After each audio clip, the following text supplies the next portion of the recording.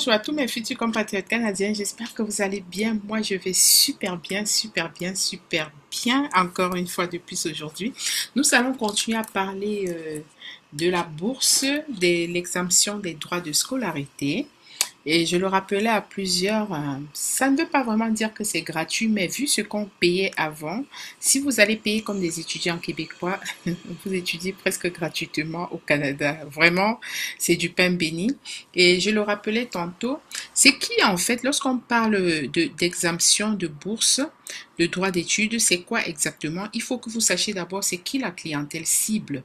Ce programme s'adresse spécialement aux étudiants internationaux qui vont venir pour étudier à temps plein. Et c'est pour vous inscrire à un DEC technique dans un établissement d'enseignement, donc généralement les cégep, le DEC. C'est pas oublier les formations universitaires, parce que là, vous allez profiter de l'exemption pendant 3 ans. Or, à l'université, vous pouvez souvent aller jusqu'à 4 ans, voire plus.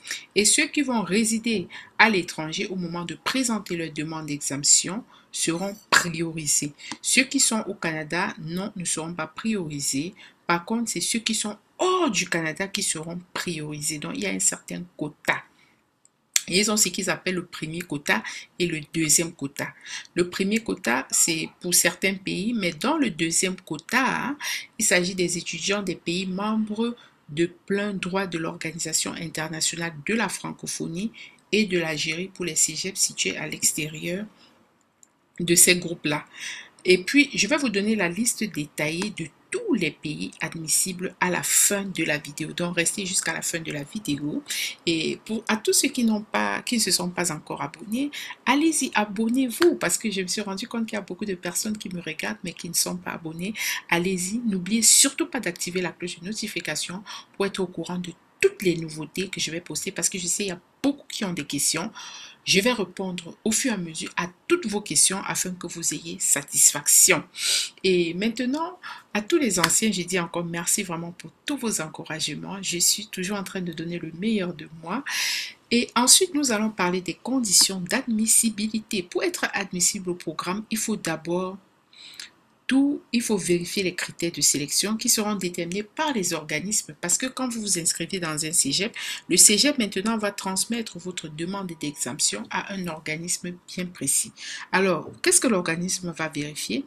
L'organisme va vérifier si vous êtes inscrit, si vous êtes admis et si vous êtes inscrit à temps plein dans un programme de formation technique. J'ai cité déjà les programmes dans une vidéo en vue d'obtenir un DEC technique au terme de votre séjour au Québec. Vous ne devez pas être citoyen canadien, ok? Tous les citoyens canadiens, les résidents permanents du Canada, oubliez. Vous n'êtes pas dans le lot. Vous devez être détenteur d'un certificat d'acceptation du Québec, donc du CAQ, pour études émis par le MIFI, Ministère de l'Immigration, de la Francisation et de l'Intégration du Québec.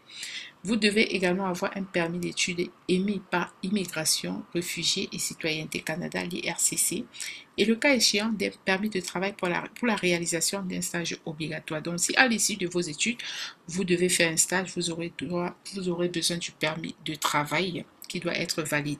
Et vous devez vous engager sur l'honneur.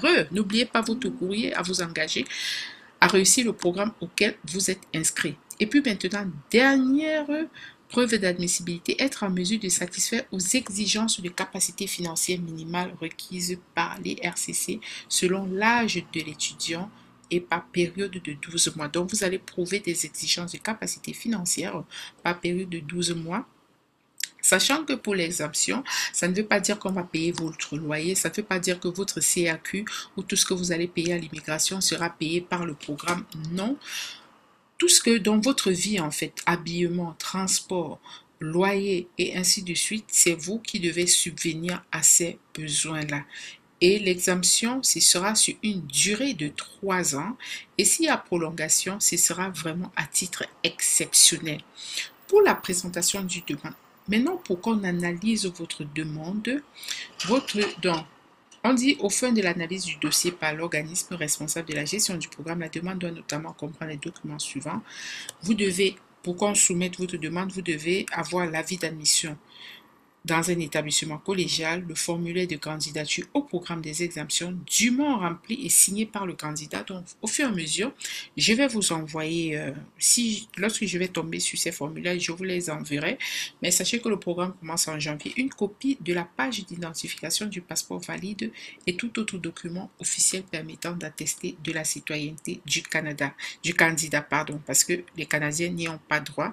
Le bulletin d'études collégiales du semestre précédent la demande ainsi que la grille de cheminement scolaire émise après l'émission du bulletin de l'étudiant inscrit à l'établissement, qu'il soit ou non en situation du renouvellement d'exemption. Donc, on aura besoin de vos bulletins pour présenter votre demande. L'organisme peut ajouter l'exigence de certains critères ou documents pour assurer la qualité des documents sélectionnés. Et puis maintenant, pour qu'on puisse étudier votre demande, les frais d'inscription, vous ne payez pas pour l'étude, vous ne payez pas. Vous allez peut-être payer pour les frais d'inscription, je ne sais pas, dans le collège, mais non, vous n'allez pas payer pour savoir si vous aurez l'exemption des droits. Et les critères de sélection des étudiants internationaux. C'est très important. Encore, je dis, vous devez être à l'extérieur du pays pour être privilégié.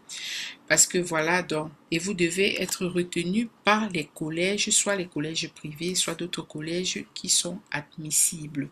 Parce qu'on dit ici que l'établissement présélectionne les candidats parmi toutes les demandes reçues en fonction de ses propres critères. Comment est-ce que vous serez choisi? On ne sait pas. Si vous avez respecté tous les critères, ils ont également leurs propres critères de priorisation. Et ils peuvent également déterminer un nombre maximal de candidatures qui peuvent être soumises chaque année. Donc voilà, et puis on va dire prier pour que votre demande passe. Tous les établissements qui vont soumettre des candidatures sont informés par l'organisme. Et il appartient maintenant à chaque établissement, donc l'établissement dans lequel vous allez vous inscrire, c'est cet établissement qui va vous informer si vous avez réussi à avoir cette exemption-là. Sachant que peut-être 10 vont s'inscrire et tout le monde n'aura pas droit à l'exemption.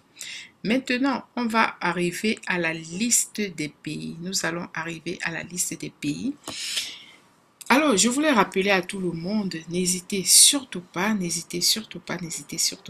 à vous abonner. Pour ceux qui ont suivi jusqu'ici, abonnez-vous massivement. N'hésitez pas à activer la cloche de notification, liker, partager.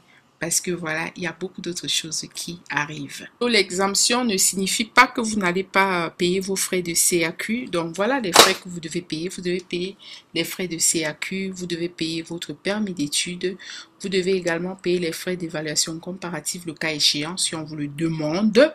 Parce qu'il y en a qui le font sans qu'on le demande. Si on vous le demande, vous devez payer. Vous devez payer également les droits afférents aux services d'enseignement, matériel pédagogique, équipement, carte d'étudiant, activités pédagogiques obligatoires, payer les droits de toute autre nature, activités communautaires, éducatives, sportives, les droits. Vous devez payer les frais pour les assurances de responsabilité civile et médicale, les frais pour le transport, sachant que moi je fais les assurances, donc si vous en avez besoin, contactez-moi. Vous devez également payer tous vos frais de transport, frais de logement, vos repas, vos transports lors de votre séjour, autres frais reliés à un séjour réalisé au Québec. Alors voilà, le reste est à votre charge, c'est pour ça que vous aurez besoin de montrer une preuve financière. Maintenant, on y va. Dernière phase, la liste des pays. Liste des pays admissibles. Vous avez l'Albanie, l'Algérie, Andorre, Bénin, Burkina Faso, Burundi. Vous avez le Cap-Vert, le Cameroun, la Centrafrique, le Congo, la Côte d'Ivoire, Djibouti, Dominique, Égypte, Gabon. Bon, je vais plus vers les pays africains. Vous avez Haïti. Bon, Haïti n'est pas en Afrique, mais je cite Haïti. Vous avez le Liban, vous avez Madagascar, le Mali, le Maroc, l'île Maurice, Mauritanie, Moldavie, ok. Niger, Rwanda, Saint-Lucia. Vous avez le Sénégal, le Tchad, le Togo, la Tunisie. Alors, voilà la liste des pays où les gens ont droit à la bourse. Voilà la liste des pays. Donc, il y a le Rwanda, le Burundi. Je veux m'assurer qu'il y a il y a le Burundi. Donc, voilà la liste des pays admissibles à la bourse. Je vais faire comme ça. Vous pouvez faire défiler ou prendre une capture d'écran. Voilà la liste des pays par ordre alphabétique. Et là, si on descend, on a tous les pays, je ne sais pas si on a tous les pays africains. Ah oui, le Nigeria, par exemple, n'est pas compté. Donc, comme je disais tantôt, c'est des pays soit qui appartiennent à la communauté francophone ou quelque chose comme ça. Donc, voilà, c'est ce que je voulais vous présenter. Et là, on va se revoir dans une autre édition, ok? À nous revoir dans la prochaine édition. Passez une très très bonne soirée ou une très bonne journée là où vous vous trouvez. À nous revoir dans la prochaine édition. Gros gros bisous.